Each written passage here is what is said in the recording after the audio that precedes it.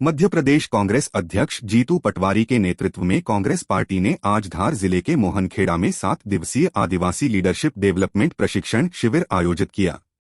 इसका समापन मंगलवार को किया गया। पटवारी ने धर जिले के बाद झाबुआ का दौरा भी किया। पहले सुनिए झाबुआ में क्या बोले जीतू पटवारी।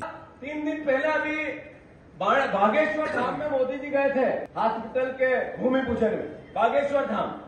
उन्होंने वहां भाषण किया, अच्छी बात है। देश के प्रधानमंत्री कांग्रेस बीजेपी से ऊपर देश के होते हैं और कांग्रेस हम विपक्ष में है, पर यहाँ का मुख्यमंत्री और वहां के प्रधानमंत्री देश के, हमारे भी मुख्यमंत्री और प्रधानमंत्री, उन्होंने एक बात बहुत अच्छी कही कि कोई तुमसे पैसे मांगे, 1 रुपया मांगे तो मुझे चिट्ठी लिख देना, बाकी काम मेरा। यह आप लोगों ने नहीं सुना, पत्रकारों ने जरूर सुना, मंच पे बैठे वालों ने जरूर सुना। बताओ, यहाँ पर जो थाना है, जो टीआई है, जो पुलिस वाले हैं, बिना पैसे से किसी का काम किया तो हाथ ऊंचा करो। किसी का किया क्या? चलो छोड़ दो। जो पटवारी है, जो तहसीलदार है, जो आसपास में सरकारी कर्मचारी है, ये बिना पैसे में कोई काम करते हो तो हाथ ऊंचा करो। चलो आप लोग तो कांग्रेस की बात करोगे, कांग्रेस के वर्करों में चुनौती देता हूं सारे पत्रकार बंधुओं को।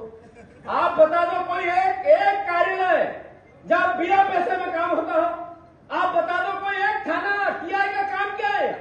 टीआई का काम है गुजरात जितने ट्रक जाते हो सही 60 निकल जाना चाहिए, तो मोहन यादव ट्रांसफर कर देगा। सही है कि गलत? सही है कि गलत?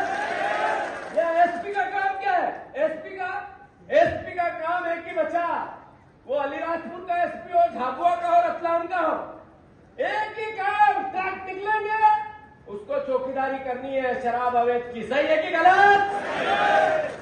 तो ये बीजेपी का असली चेहरा है।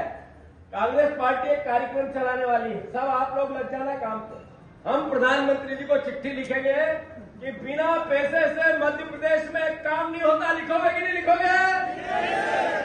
सबको लिखना है। सर, मैं आपसे आग्रह कर रहा हूं प्रभारी जी कि कांग्रेस पार्टी, देश के प्रधानमंत्री ने कहा कि कोई पैसे मांगे, करप्शन करे तो मुझे चिट्ठी लिख देना। हम सब चिट्ठी लिखेंगे। कौन कौन लिखेगा? जरा हाथ ऊंचा करो। भारतीय जनता पार्टी से अनुरोध करना चाहता हूं, 20 साल से मोहन यादव और शिवराज जी मुख्यमंत्री है।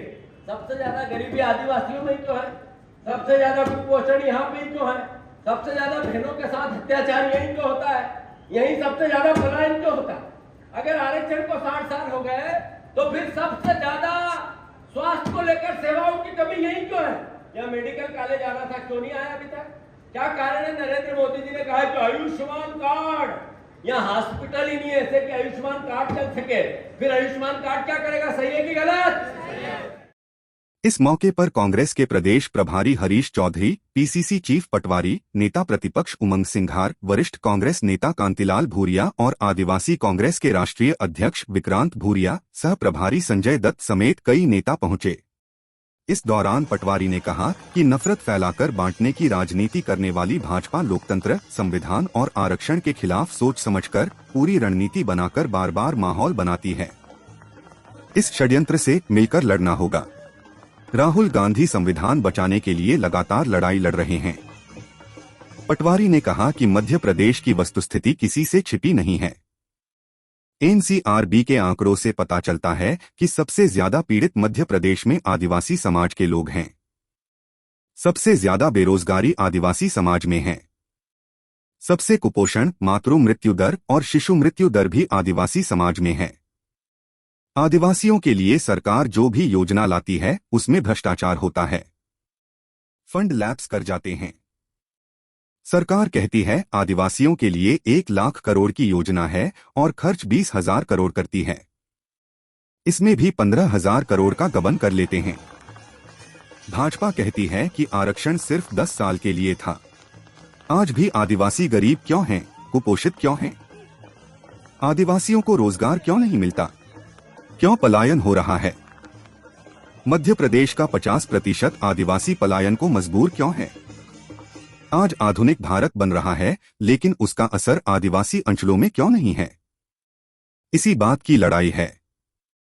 महात्मा गांधी ने ग्राम स्वराज की परिकल्पना की थी। जब हम बात करते हैं इस बात की कि कांग्रेस पार्टी ने आदिवासी समाज की रक्षा, उसके जीवन स्तर को उठाने, उसकी शिक्षा, उसके स्वास्थ्य के लिए क्या किया, तो स्वाभाविक है कि कांग्रेस पार्टी अभी राहुल जी जो विचार लेके देश भर में जा रहे हैं, वो विचार ही आदिवासियों का मूल अधिकार है। आरक्षण को लेकर, संविधान को लेकर, उसकी रक्षा को लेकर ये लड़ाई किसके लिए? कई लोग विचार करते हैं, सवाल उठाते हैं कि आरक्षण तो 10 साल के लिए था, तो जब 10 साल के लिए था तो 20 साल हो गए, कोई नहीं उठाता। बीजेपी उठाती, आरएसएस उठाती, बीजेपी के नेता उठाते, आरएसएस के संचालक उठाते। ये बताने की आवश्यकता नहीं है।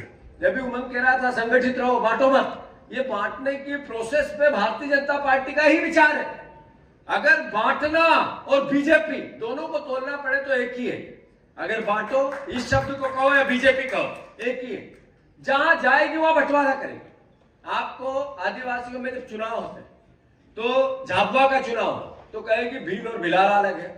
उधर जब वहां बात होगी गौड़ और अलग अलग समाज के कोरकू, उनको अलग करने की कोशिश करेगी। और जब बेगा और बारिया की करने लग जाएगी, बेगा और कोल की करने लग जाएगी, ये बीजेपी का भंडा है, बांटो, यानी भारतीय जनता पार्टी। अब इसको किस हद तक ले जाती है? नहीं, बात विषय ये मैंने उदाहरण के लिए बताया, पर किस हद तक ले जाती है? इस हद तक ले जाती है कि इस लड़ाई में आदिवासियों के मूल अधिकार की एक तरफ तो आरक्षण पे सवाल उठाती है, संविधान को कमजोर करने की बात करती है और यह बांटने की बात करती है। तो ये एहसास कोई कांग्रेस पार्टी का साथ आदिवासी देता था, ये महत्वपूर्ण है। पर उससे पहले उस संविधान की रक्षा आदिवासी करता था जो बाबा साहब अम्बेडकर का है, जो देश की विचारधारा है, जो देश की विचारधारा है वही संविधान की विचारधारा है, और जो संविधान की विचारधारा है वही आदिवासी की विचारधारा है। तो मैं मानता हूं आज संकट है, जैसा विक्रांत अभी कह रहा था, जो एक नई आजादी की लड़ाई है। सच है, अगर इस देश में कोई रक्षा कर सकता है इस संविधान की, कोई रक्षा कर सकता है इस आरक्षण की, कोई रक्षा कर सकता है जो असमानता के खिलाफ एक बिगुल बजाने की। जब मैंने जैसा कहा कि आरक्षण 10 साल के लिए संविधान में निर्मित था, 20 हो गए, 30 हो गए, 60 हो गए, 75 हो गए, बीजेपी के लोग ये बार बार कहते हैं, इसके खिलाफ माहौल बनाते हैं, इसके खिलाफ वोट लेते हैं, एक बहुत बड़े संपन्न वर्ग को एकजुट कर रखा और उसमें नफरत का तड़का लगाते हैं। पीछे साजिश सिर्फ ये जो आरक्षण है इसको समाप्त करने की है, ये जो संविधान है इसको कमजोर करने की है। तो उसके खिलाफ आप सबको, हम सबको खड़ा होना एक बड़े स्केल पे बहुत आवश्यक है। मध्य प्रदेश की वस्तु स्थिति किसी से छुपी हुई नहीं, देश की भी नहीं। अगर मध्य प्रदेश में जब एनसीआरबी के आंकड़े देखो तो सबसे ज्यादा पीड़ित हमारा ही आदिवासी समाज, सबसे ज्यादा बेरोजगारी हमारे आदिवासी समाज में, सबसे ज्यादा अगर कुपोषण है तो वो भी आदिवासी समाज की, सबसे ज्यादा मातृ मृत्यु दर है तो वो भी आदिवासी समाज की, सबसे ज्यादा शिशु मृत्यु दर है वो भी आदिवासी समाज की। जो 1 लाख के पद खाली पड़े हैं तो देश में सबसे ज्यादा मध्य प्रदेश में पड़े।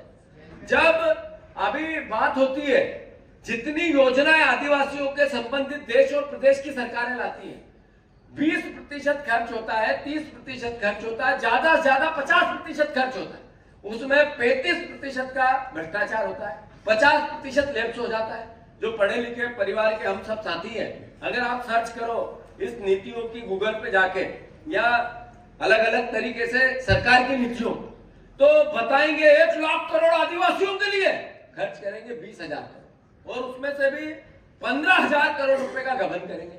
मैं गलत तो नहीं कह रहा हूं? ये महसूस होता है हम लोगों को गांव में। अगर भारतीय जनता पार्टी ये कहती है कि आरक्षण 10 साल के लिए था, तो फिर आज भी आदिवासी गरीब क्यों है? आज भी कुपोषित क्यों है? आज भी उसको नौकरी क्यों नहीं, उसके पास व्यापार क्यों पलायन? क्यों मध्य प्रदेश का 50% आदिवासी पलायन पे जाता है? ब्रॉड लड़ाई ये है।